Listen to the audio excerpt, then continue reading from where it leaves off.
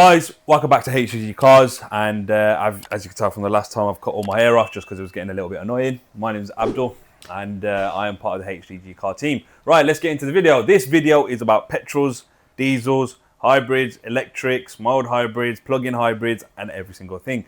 The UK marketplace is flooded with cars, with places like Auto Trader showing you over 25,000 cars at the single click of a button or on your touchscreen. And you've got car buying sites, car selling sites, people offering to sell your cars, social media, and the lot. So there is so much options out there. So one option might be to save your money in town. Another person might need the car for motorway journeys. Another person might need the car for heavy duty construction work, such as building, pulling heavy objects, and so on and so forth. So today we're going to be talking about all these variations of fuel propelled vehicles, which one you should buy and why you should buy them.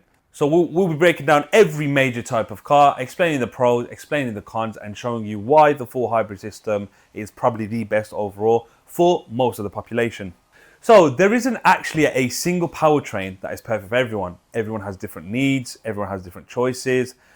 Some people do different daily mileages, where you drive just to the shops and back. Some people are representative salespeople that have to drive up to 800 miles a week. Some people are taxi drivers, so they use the vehicle for commercial usage. Some people just use it to do 1,000 miles a year, go to the shops, go to school, come back and enjoy life. So everyone has a different need for a different car. Different strokes for different folks, as I say. So, for example, a diesel can make sense for someone doing those long motorway journeys as it sips less fuel and is more efficient. However, someone who lives in central London where there's congestion, ULEZ, would use an electric vehicle. So we'll get more into this topic towards the end of the video. However, we're going to start about the petrol cars. A normal petrol car uses only petrol as its only source of fuel and is usually the simplest option to understand.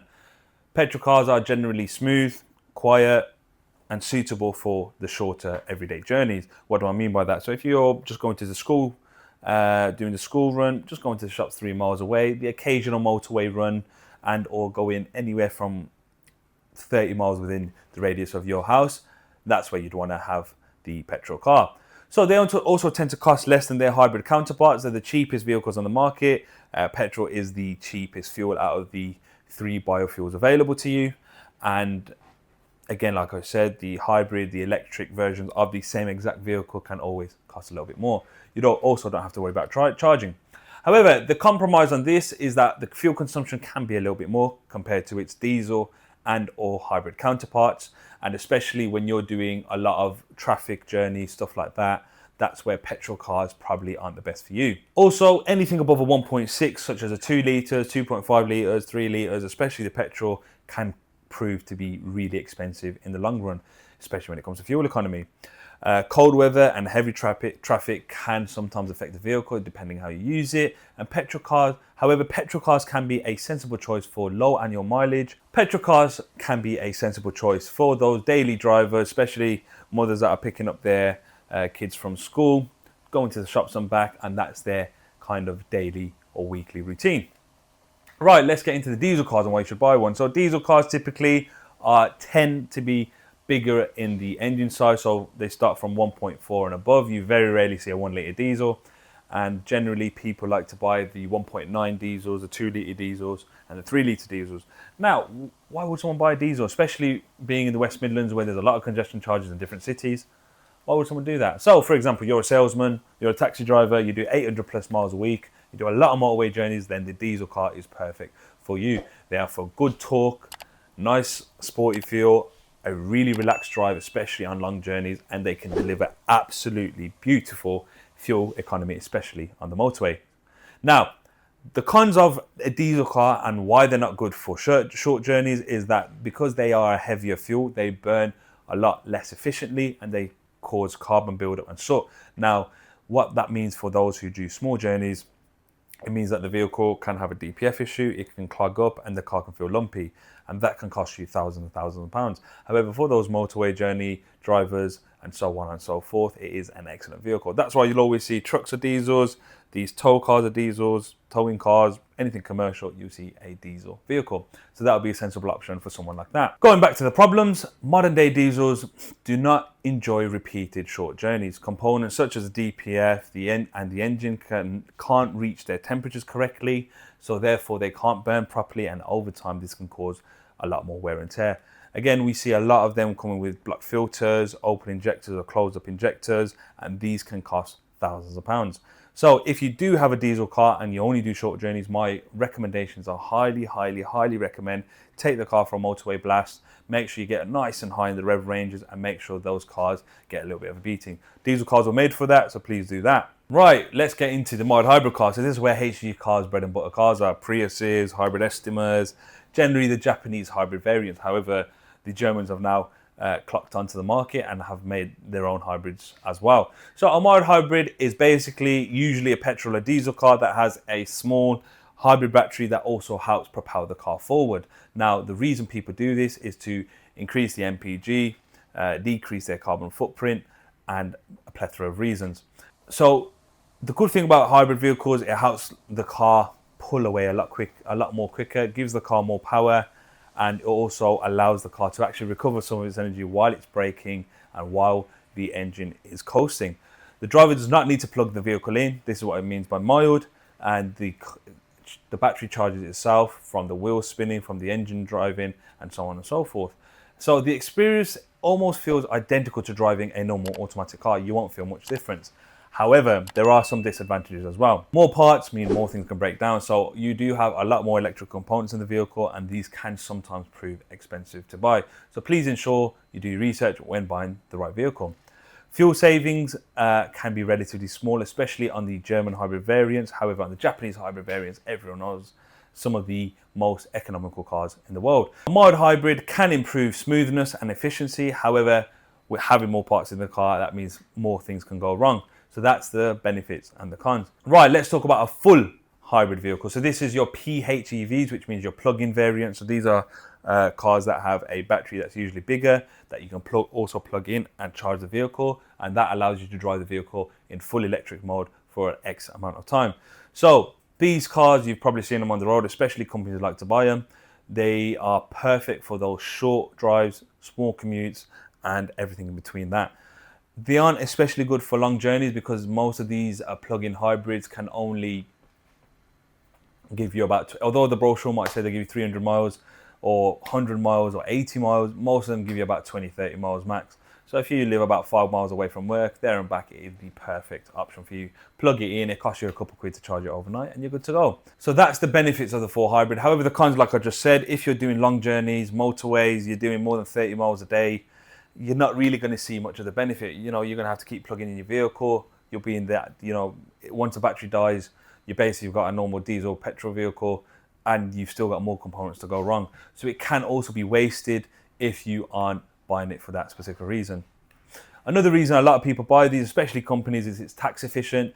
Basically, they can write it off the company, and that's what you'll see 90% of the vehicles on the road are. Mostly company cars that are being used for tax reasons. And so the only way to explain it is that you can cook a steak using a microwave. However, it's not the same as a flamed grilled steak. Nonetheless, I'm trying to be as non-biased as possible. So I do have to talk about the pros of an electric vehicle. Like I said before, if you are doing 3-4 mile journeys, you're in highly congested areas, places with ULEZ, congestion, any sort of, emissions-based fines, the electric car is actually a really good car.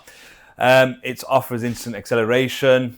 Usually a lot of the small cars like the little Renaults and the Alpines are fully electric, and they're actually quite fun to drive, as much as I hate to say it. And they're actually a good tool, and they're really tax efficient as well. So a lot of companies do use them to write off a bit of tax while having a free car, essentially. What you need to do, there's a lot of charging stations now, so you can charge it from home, you can charge it on the go. A lot of places offer free parking for electric vehicles as an incentive, and they can often, especially when you're doing those short journeys, be super cheap.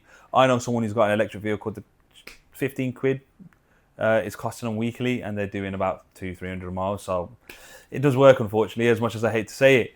However, there are a fair few disadvantages. Now, the first disadvantage, and you can see I'm quite happy talking about the disadvantages of electric vehicles. The first disadvantage is that it's actually not what people think. Now, some people buy electric vehicles for the cost savings, which we'll get into. However, a lot of people also do buy them for the emissions. They're thinking they're saving the planet, saving the turtles, the whales are not going to die because they buy an electric vehicle. Well, that's wrong.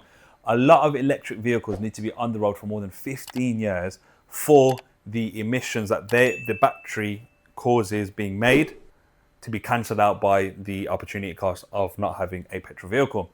So what that means is your car's actually not saving the planet. If anything, it's ruining it, because mining nickel is a hell of a lot of emissions being released. Right, another thing, you don't always actually find fuel stations with electric power charger banks. And even if you do, it can take up to an hour, 2 hours, 3 hours to charge a vehicle. Simple with a petrol or diesel, you plug it in, you put the nozzle in, you fill it up within 5 minutes max if you've got a bloody truck, and you're back on the road straight away, and you can do another 500-600 miles. Whereas with the electrics, unfortunately, you've got to wait there and just do your thing. Right, another thing is, as technology stands today, the battery degradation is also something to really consider. As vehicles get older, the batteries degrade. They have a shelf life of anywhere from 5 years max to 10 years, and a lot of insurances are very wary when insuring them. Tires, they can go through tires a lot more quickly as well because of the instant torque they have. And if you, God forbid, have an accident, your car's basically a write-off, and most insurers won't even touch it. So sometimes it can actually be more expensive than expected.